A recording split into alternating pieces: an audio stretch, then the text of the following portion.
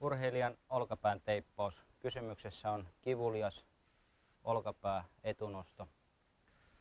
Tarkoituksena on laittaa yksinkertainen olkapään teippaus. Tehdään mittaus, leikataan teipistä oikean kokoinen pala, poistetaan kulmat, jotta teippi pysyy paremmin paikallaan. Ja kysymyksessä on taas Y-teippaus. Mitataan teippi ja leikataan yksinkertaisella leikkauksella teippi valmiiksi. Sen jälkeen asetetaan teippi paikalleen.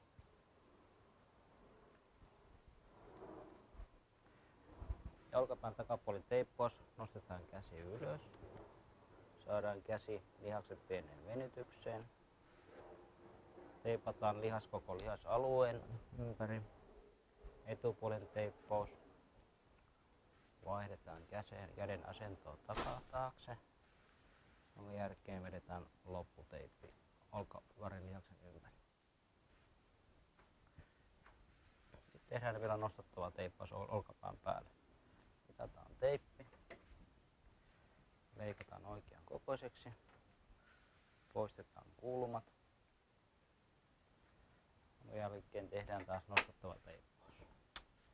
Otetaan takana oleva paperi pois. Käännetään. Sen jälkeen saadaan teippiin veto-ominaisuus. Laitetaan teippi olkapäähän. Pistetään toinen puoli kiinni, neutraali. Etupuolella neutraali. Jonka jälkeen teippaus on valmis.